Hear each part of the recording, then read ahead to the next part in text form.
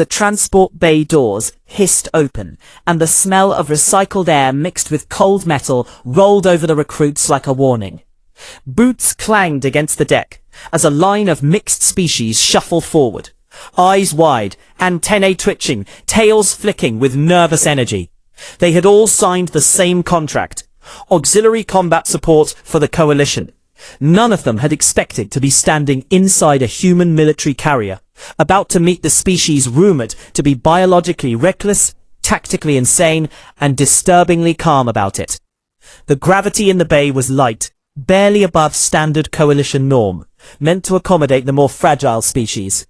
The recruits whispered to each other in clicks, growls, subvocal chirps, and translated murmurs. Then the bay lights dimmed. Silence fell like a blade. Heavy footsteps approached from the far end of the bay. Each step landed with a deliberate rhythm that vibrated faintly through the deck plating. A tall figure emerged from the shadow, wrapped in dark combat fatigues, posture rigid, shoulders squared like armor had grown into flesh. The translator tags in the recruit's implants flared as the human's voice cut through the air, low and sharp. "Welcome to Coalition Training Detachment 7. I am Drill Sergeant Hale. You will address me as Drill Sergeant or Sir. If you forget, you will remember." The recruits stiffened. Some tried to mimic the human posture. Others instinctively shrank. Hale's eyes swept across the line, lingering on every twitch of fear. "You are here because you volunteered, or because your government traded you. Either way, you belong to me for the next 12 standard weeks. If you survive training, you will be sent to the front. If you fail, you will be sent home broken. If you disobey, you will wish you were broken." The silence thickened. Hale took a step forward, then another. Each step seemed heavier than the last. The gravity field subtly shifted. The recruits did not notice the indicator lights along the bulkheads flicker. Coalition engineers had installed variable gravity training systems in the bay for acclimation drills. Hale had overridden the preset earlier. The field climbed from 1 standard gravity to 1.2. Some of the recruits shifted their footing, claws scraping. A gelatinous being rippled uncomfortably. A 4-legged avian species flexed its wings to maintain balance. Hale did not break stride. His boots struck the deck harder now. "You will move when I tell you. You will stop when I tell you. You will speak when I tell you. If you think you are tired, you are wrong. If you think you are in pain, you are wrong. Pain is a message, not a command." The gravity ticked upward again. 1.4. A tall reptilian recruit swayed and caught itself on a neighbor. A small mammalian species let out a whimper as its knees bent under unfamiliar weight. Hale walked down the line, stopping inches from a trembling insectoid recruit. "You are shaking." The translator rendered the human's tone as neutral, but the underlying intent felt predatory. The insectoid clicked in fear. "Sir, I am not adapted to this gravity." Hale leaned closer. "Then adapt." The gravity field rose to 1.6. The air felt heavier.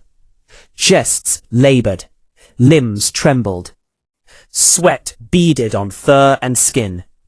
One recruit collapsed to its knees, gasping. 2 others followed. Hale turned, eyes cold. "Get up." No one moved. The collapsed recruits could not. The gravity increased again, 2 times coalition standard. The bay creaked faintly, as structural compensators engaged. Panic rippled through the line. Muscles screamed. Carapaces groaned. Lungs burned. Hale remained standing, arms folded behind his back, posture unchanged. He did not even seem to notice the increased gravity. His breathing remained steady. His stance did not shift. The recruits stared at him in disbelief through the haze of strain. The human walked back to the front of the line. "You are now experiencing double your comfortable gravity. This is still lower than what humans train in. If you are on the ground, get up." Some tried. Most failed. Hale knelt beside one collapsed recruit, a thick-bodied amphibious species, and lifted it by the harness with one hand, setting it upright. The amphibian wheezed, limbs shaking uncontrollably. "You are alive. That means you can stand." The amphibian collapsed again. Hale let it fall. Then he straightened and faced the line. "You think the battlefield will care about your comfort? You think the enemy will lower gravity for you? You think vacuum will wait until you catch your breath? No. The battlefield does not care. The universe does not care. You either move or you die." The gravity climbed another fraction. 2.2. Coalition safety protocols would have cut the system, if not for the human override codes. The recruits were in open distress now. Some cried out. Some went silent, eyes unfocused. Hale exhaled slowly. This is the part where you quit. This is the part where your body lies to you and tells you that you are done. Humans learned a long time ago that the body lies. You are not done until you decide you are done. One recruit, a small thin-boned creature with luminous eyes, forced itself upright, shaking violently. It took one step forward, then another, each movement a battle. Hale's gaze locked onto it. That one step you took is more important than your comfort. The gravity field stabilized. Hale did not increase it further. The recruit struggled to remain standing. The small luminous-eyed recruit stood swaying, breathing in ragged gasps. Hale walked to it. Good. The translator rendered the word flatly, but the recruit sensed something beneath it. Hale turned back to the others. You see that? It chose to move. Choice is what separates soldiers from cargo. You will learn to choose to move when everything in you wants to stop. The gravity slowly eased down to 2, then 1.8, then 1.6. The recruit sagged with relief as the weight lessened. Hale remained unchanged. The bay lights brightened. The warning alarms silenced. Some recruits collapsed again, this time in relief rather than failure. Hale's voice cut through the noise. You will remember this feeling. You will hate me for it. Good. Hatred is energy. Use it. Training starts now. The bay doors opened again, revealing a long corridor leading deeper into the carrier. Hale turned and began walking. The recruit stared at his back. He did not look over his shoulder. Follow. The line stumbled forward, legs heavy, muscles burning, minds reeling from the realization that the human had doubled gravity and stood in it like it was nothing. None of them had noticed when the gravity changed. They had only noticed when their bodies started to fail. Hale led them down the corridor, already planning the next lesson. The corridor narrowed as the recruits followed Hale deeper into the carrier. The deck still subtly heavy under their feet, the lingering memory of crushing weight pressing into their muscles like phantom pain. Bulkhead lights cast long white lines across metal walls, and the hum of the ship's systems vibrated through bone and shell alike. The line of mixed species staggered, some limping, some dragging tails or wings, some bracing against the walls. Hale did not slow his pace. The human moved with the same steady rhythm, boots striking in perfect cadence, as if gravity and exhaustion were rumors he had heard about once and dismissed. They passed through pressure doors that sealed behind them with hydraulic sighs, then into a vast training chamber ringed with elevated platforms and recessed pits. The gravity here felt normal again, almost weightless compared to the bay. Several recruits stumbled forward as their bodies overcorrected. Hale stopped at the center of the chamber and turned. Form up. The recruits fumbled into something resembling a line. Hale's eyes flickered to a control panel embedded in the floor. He tapped a command. The gravity spiked without warning. Not as high as before, but enough to make knees buckle. The recruits gasped. Hale's voice cut through the reaction. You were told to form up. Do it under stress. The line wavered. One recruit fell forward and caught itself on its forelimbs, panting. Another let out a strangled cry as its legs trembled. Hale watched without intervening. Then, one by one, they forced themselves upright, claws scraping, hooves clacking, muscles quivering. The luminous-eyed small recruit from earlier took position near the front, swaying but upright. Hale nodded once. The gravity eased back to standard. The recruits exhaled in unison, some sagging, some dropping to one knee. Hale did not give them time to rest. You will learn to move when conditions change without warning. The enemy will not announce itself. The environment will not warn you before it kills you. Adaptation is not comfort. Adaptation is survival. He paced before them. You come from worlds where gravity is kind, where air is breathable, where the ground does not try to crush you. Humans do not have that luxury.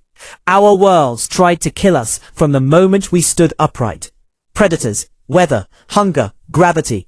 We adapted by refusing to wait for permission to survive. He stopped in front of a tall quadrupedal recruit, whose chest heaved. You are heavy-boned for your species, built for lower gravity. On your world, you are strong. Here, you are weak.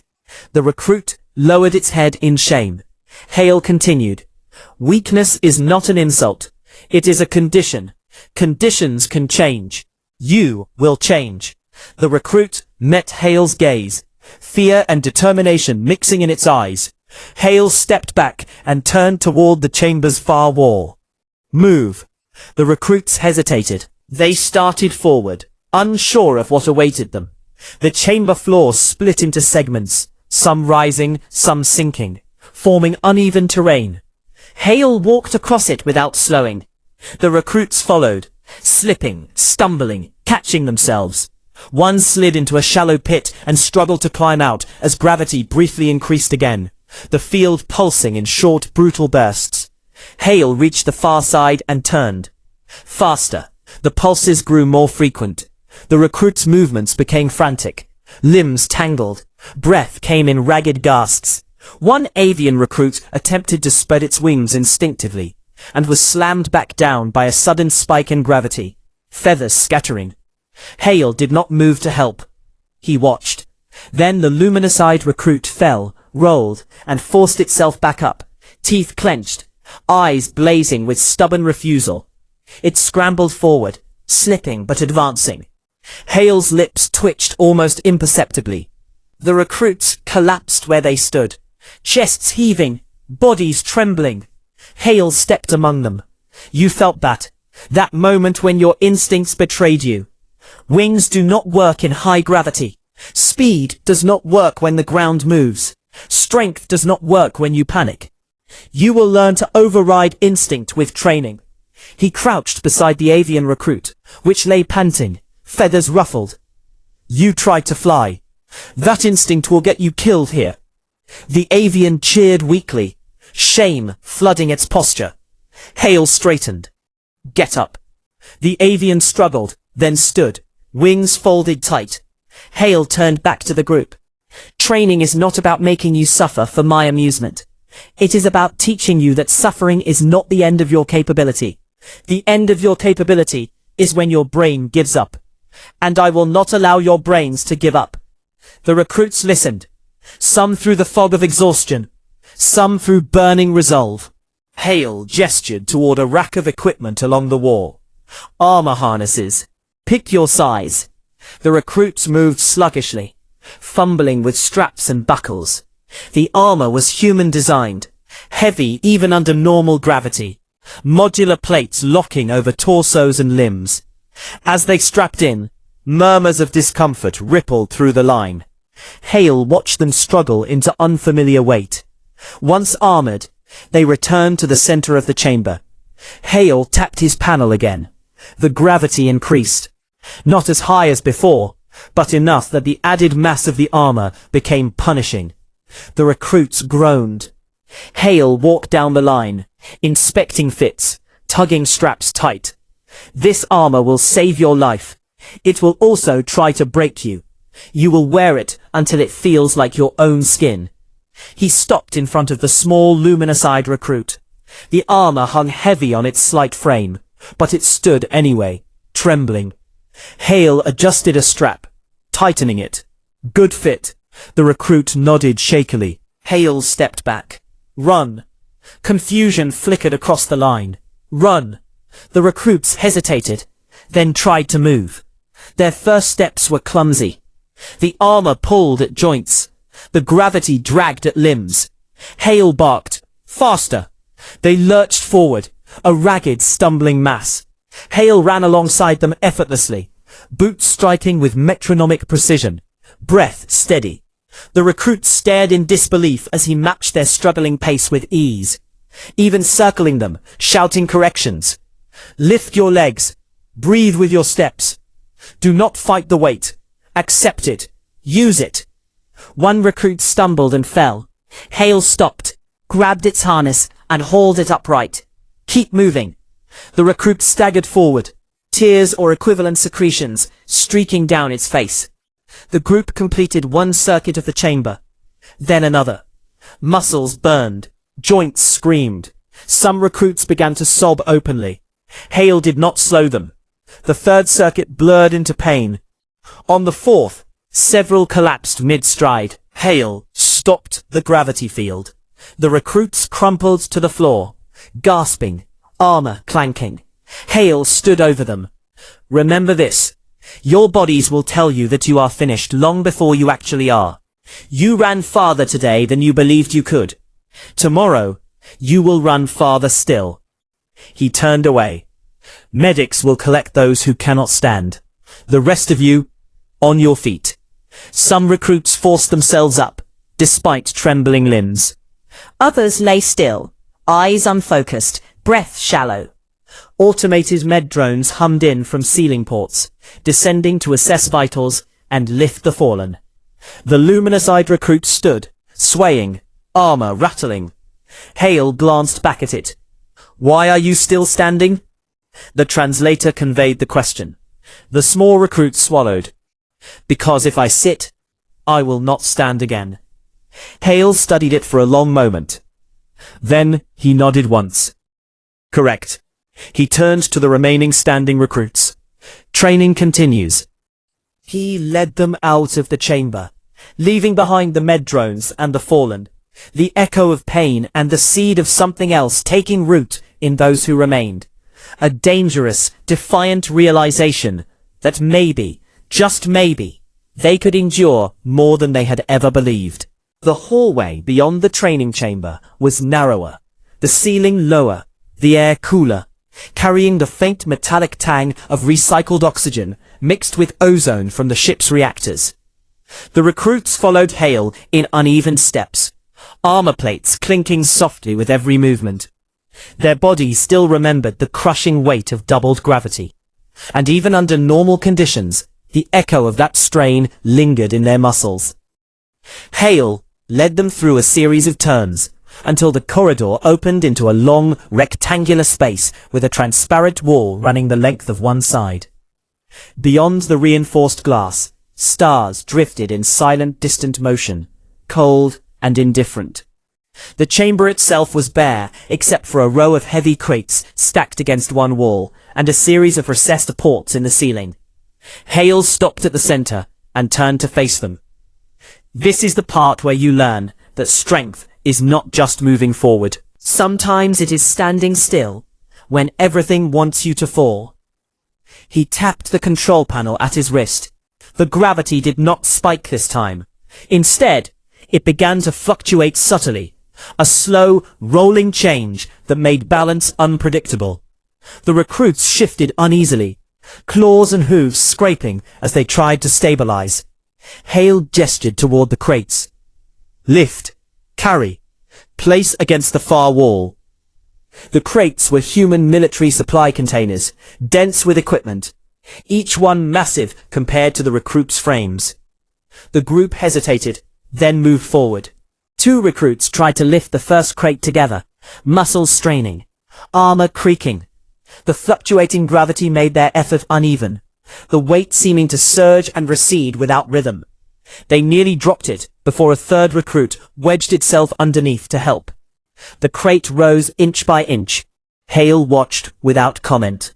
As they shuffled toward the far wall, the gravity dipped suddenly, causing the crate to lurch upward in their grip, then surged again, slamming it back down into their arms. One recruit cried out in pain as the crate crushed against its chestplate. Hale's voice cut in. Adjust. Do not fight the change. Move with it. The recruits altered their grip, timing their steps with the pulses, learning through strain and near failure. Another group approached a second crate. The luminous-eyed recruit joined them, bracing its small frame beneath a corner, trembling violently. They lifted. The gravity surged. The crate slipped. For a moment it seemed it would fall and crush the small recruit. A larger quadruped recruit lunged, shoving its shoulder under the load, saving it from being pinned. The crate wobbled, then stabilized. The small recruit gasped, eyes wide. The quadruped's legs shook, but it held. Hale observed the interaction, eyes narrowing slightly. You are learning that survival is not solitary. The fluctuating gravity continued to harass their efforts. Some recruits misjudged a surge and stumbled, dropping their end of a crate, causing others to nearly fall. Hale did not intervene. Each failure was followed by frantic correction, by shouted coordination through translator links, by hands and claws reaching out to keep teammates from collapsing.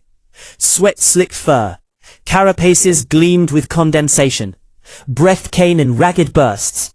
Slowly, painfully, the crates reached the far wall and were stacked in uneven rows. The recruits collapsed against them, chests heaving, limbs trembling. Hale did not give them rest. Now move them back. Groans rippled through the group, but they obeyed.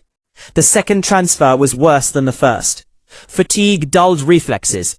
The gravity pulses seemed crueler now that muscles were already screaming. One recruit slipped and went down hard, the crate corner striking its shoulder. It let out a sharp cry. Hale stepped closer, looming over it. Are you broken?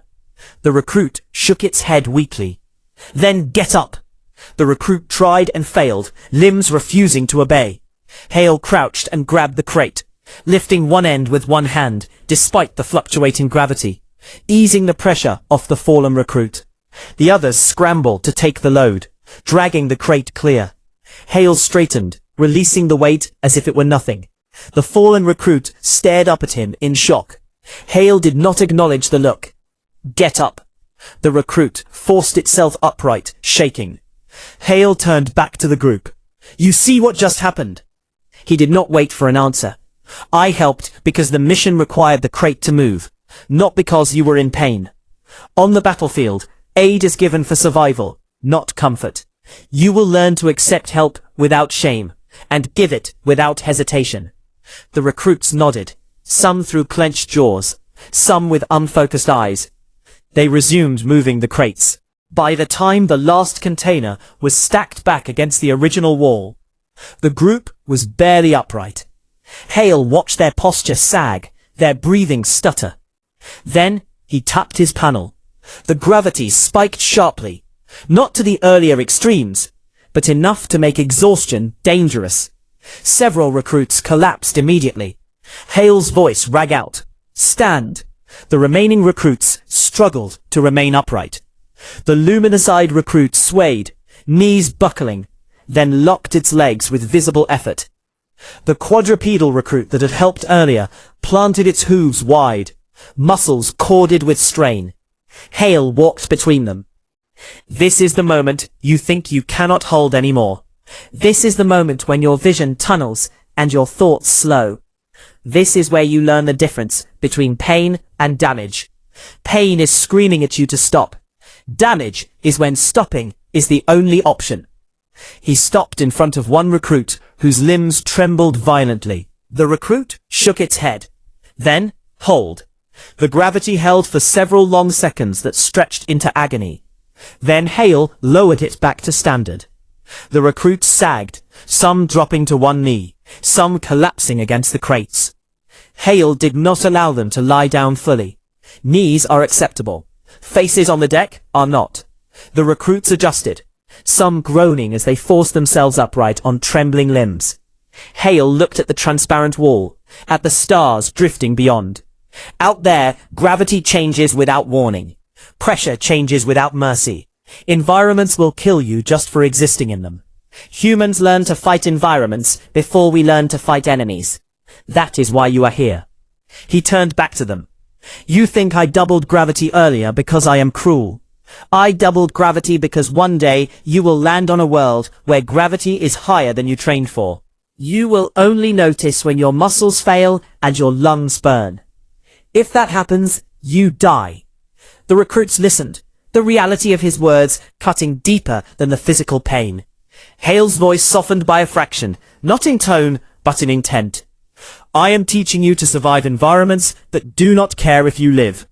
The chamber was silent, except for ragged breathing. Hale tapped his wrist panel again. The gravity returned to standard coalition norm. The recruits exhaled in collective relief. Hale stepped back. Training for today is over. You will eat, you will hydrate, you will sleep. Tomorrow, you will do this again under worse conditions. Some recruits let out broken laughter at the idea, half hysterical, half disbelieving. Hale turned toward the exit. As he walked away, the luminous-eyed recruit called out softly through the translator. Sir. Hale stopped, but did not turn. Why did you not seem to feel the gravity when it doubled? Hale paused, then answered without looking back. I felt it. I just did not let it decide what I could do. Then he continued down the corridor, leaving the recruits staring after him, the lesson settling into them like weight, not crushing this time, but anchoring something new inside their understanding of what survival meant. The station had been declared dead 3 minutes before the humans stopped moving. Emergency beacons pulsed a cold blue along the curved corridor walls, reflected in the drifting debris and the slow, helpless spin of tools and bodies. The evacuation alarm had already finished its cycle. The last shuttle had already burned for orbit. The coalition commander had already signed the loss report. In vacuum, there was no sound when Engineer Veth sealed the final bulkhead and shut down the remaining life support grid. It was procedure. The station had suffered hull breach, reactor instability, and cascading failures. The internal atmosphere was venting into space in long, silver ribbons. Any remaining personnel were presumed deceased. Veth's species did not linger over impossible rescues. They calculated probabilities and conserved resources. It was how they survived for millennia in radiation-blasted void habitats, where sentiment killed faster than vacuum. Veth logged the final shutdown and turned away, 6 jointed limbs folding with weary efficiency. That was when the humans staggered around the bend in the corridor, boots magnetized just enough to keep him from drifting. One hand clamped over the torn seal of his suit, where microfractures spidered across the plating. His visor was cracked. His breath fogged the inside of the helmet in panicked bursts. The station had no atmosphere left to give him. The human should have been dead. Veth froze. The human did not speak at first. His mouth moved in a silent curse. Then his hand slammed against the wall to steady himself, as the artificial gravity flickered and died. The corridor went weightless. The human pushed off, awkwardly correcting his spin with clumsy precision, grabbing a handhold and pulling himself forward, inch by inch. Veth's translator implant stuttered as it tried to reconcile what it was seeing with expected biological limits. Human oxygen reserves in damaged suits depleted in under 40 seconds under exertion. The human had been moving for at least 2 minutes since the shutdown. Veth raised a manipulator. Stop. The translator carried the word across the suit-to-suit comm channel, thin and distorted. The human's eyes found Veth through the cracked visor. They were bloodshot, wide with a kind of feral focus that Veth had only ever seen in cornered predators. The human shook his head once, slow and deliberate, then continued forward. His breathing grew harsher. Each exhale sprayed fine crystals of frozen moisture against the inside of the visor. Veth's internal processes spiked with conflict. The station was condemned. The protocols were clear. Re-engaging life support would destabilize the reactor further, risking a detonation that could scatter debris into nearby shipping lanes. The human survival probability was negligible. Veth's species had a word for this calculation. Necessary loss. The human drifted closer, one arm no longer responding, hanging uselessly at his side. His other hand gripped the wall, knuckles white even through armored plating. His chest hitched. The suit's oxygen warning strobed red across Veth's HUD as the human's reserves dropped into critical. Veth could see the human's lips moving again, forming words the translator struggled to render through the suit's failing audio feed. Not yet. The human forced another pull forward. Veth hesitated. In that hesitation, something unfamiliar stirred. Veth had studied humans in briefings and tactical reports. Unpredictable, durable, emotion-driven, irrational under stress.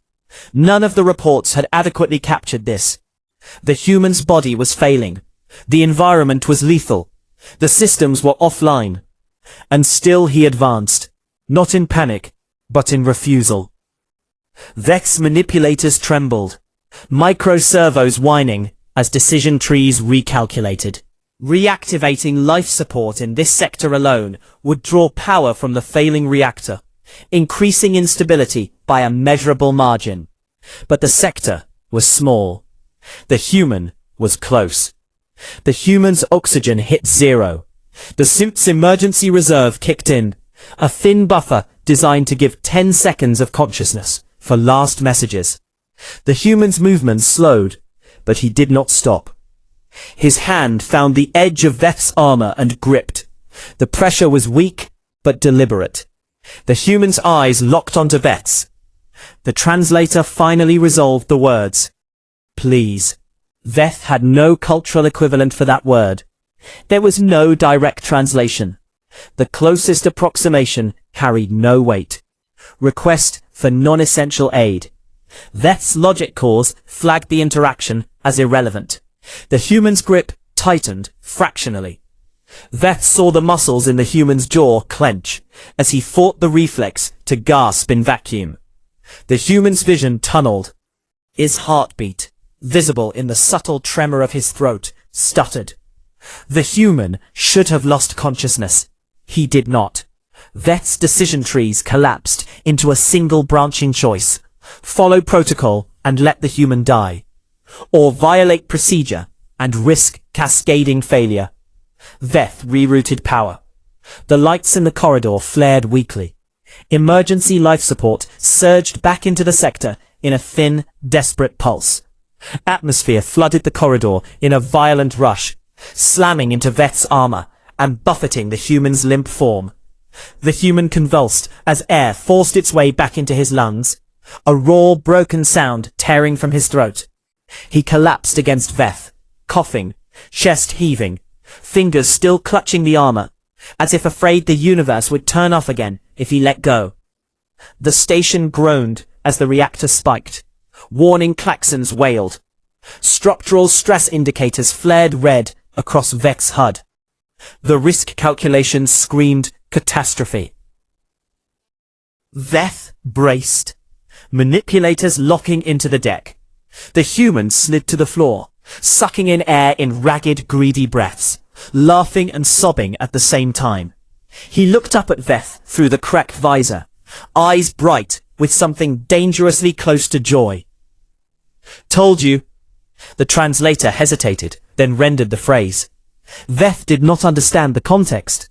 The reactor stabilized at the edge of failure, emergency dampers compensating for the sudden load. The station did not explode. The catastrophe did not come. Veth stared at the human, whose vital signs climbed slowly back from the brink. Protocols re-evaluated. Outcomes updated. Survival probability recalculated from 0 to non-zero. Veth had violated procedure. Veth had saved the human. The human coughed then tried to push himself upright, legs trembling. "Easy," Veth said, the word strange on its comms. The human grinned weakly. "Thought you'd left me for dead." Veth processed the phrase. The human laughed again, softer this time, then closed his eyes, exhaustion finally claiming what vacuum and fear had failed to take. Veth stood over him, in the flickering light, listening to the station creak and the reactor hum in fragile balance. And for the first time in its long service life, Veth revised a core assumption. Some species did not calculate survival. They argued with the universe until it gave up first. The corridor smelled of metal and ozone as emergency systems struggled to keep the resurrected sector alive. Veth stood over the human, monitoring his vitals as they stabilized from chaotic spikes into something approaching normal. The human's chest still heaved with uneven breaths, each inhale sounding like it scraped raw tissue inside his lungs. The cracked visor fogged and cleared in slow rhythm. Veth's species did not have an instinct for vigilance over the unconscious. Once a variable stabilized, attention moved on. Yet Veth remained, 6 limbs braced against the deck as if guarding a fragile anomaly. The station's reactor thrummed in the background, every vibration a reminder of the risk Veth had taken. The command net pulsed with alerts. Coalition Control was aware that a condemned sector had briefly come back online. Queries streamed in. Veth ignored them. The human stirred, one hand twitched, then curled weakly against the deck plating. His eyes fluttered open, unfocused at first, then sharpening as awareness returned. He coughed, a wet, painful sound, and reached instinctively for the damaged seal on his suit. Air was there. He froze, disbelief washing over his features. "You turned it back on." Veth inclined its upper body slightly. "Temporary. The reactor is unstable. We have limited time." The human laughed hoarsely, the sound edged with pain. Figures. He tried to sit up and failed, muscles refusing to cooperate. Veth extended a manipulator, not touching him, but placing it close enough that the human could use it as leverage. The human hesitated, then accepted the support, pulling himself upright, inch by inch. His movements were shaky, but deliberate. He leaned back against the wall, breathing hard. Name's Carter. Veth processed the introduction. Designation unnecessary. The human shook his head. "It's necessary to me." "Carter." He waited. Veth paused, then responded. "Veth." Carter nodded, as if this mattered deeply. "Thanks for not letting me die." The translator rendered gratitude. Veth's internal logic flagged the exchange as socially significant, but tactically irrelevant. "Your survival probability was negligible. I intervened to prevent a potentially inefficient outcome." Carter's lips twitched. "You turned on life support and nearly blew up a station. That seems pretty inefficient." Veth did not answer. The station shuddered, a low tremor rippling through the deck. Reactor stability dropped a fraction. Veth's attention snapped to the data stream. "We must move. This sector will be vented again." Carter glanced down the corridor, then back at Veth. "Move where?" Evacuation craft departed. There is a maintenance pod 2 sections away. Minimal life support. It can sustain 2 occupants for approximately 4 hours. Carter exhaled slowly. 4 hours to do what? Veth's mandibles clicked softly as it processed. Await rescue or expire. Carter snorted weakly. He pushed himself to his feet, legs wobbling. His suit systems chimed warnings, but the oxygen flow held. He took one unsteady step, then another. Veth watched, data streams flickering as it tracked the human's vitals. "Your condition is compromised. You should conserve energy." Carter shook his head. "If I stop moving, I'm done. Learned that the hard way."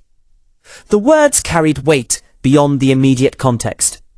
Veth turned and led the way down the corridor. Emergency lights flickered as they passed, casting long, distorted shadows. The station's structure groaned around them, distant ruptures venting faint streams of atmosphere into space beyond sealed bulkheads. Carter's steps were uneven, but stubborn. He leaned into each movement, as if daring his body to fail him.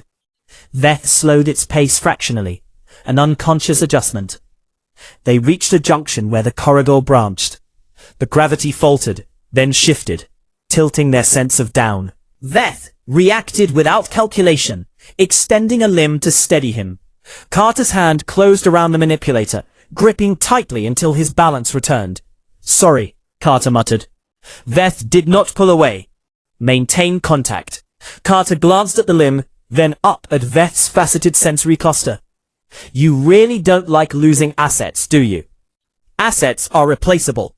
You are not." The translator rendered the phrase before Veth's logic cores could suppress it. The words surprised both of them. Carter stared.